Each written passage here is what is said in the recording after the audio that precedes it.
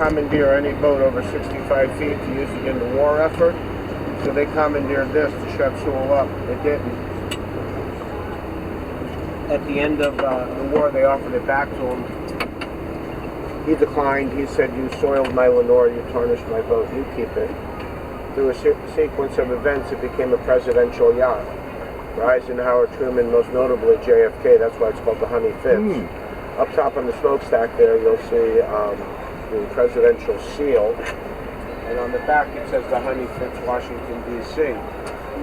After Kennedy was assassinated, it became the presidential yacht for Lyndon B. Johnson, for Richard Nixon. Then it was decommissioned and it went into private hands. It went into severe disrepair, and Charlie Modica bought it, spent several millions of dollars refurbishing the boat over several years, and it is in absolutely pristine condition. And what's it used for? Is it just a... So, and it's right in front of the Pelican Club. The Pelican Club is for events. You're getting married, you're getting divorced, you're having a corporate event. You can rent the Pelican Club and you can charter out the Honey Fitz.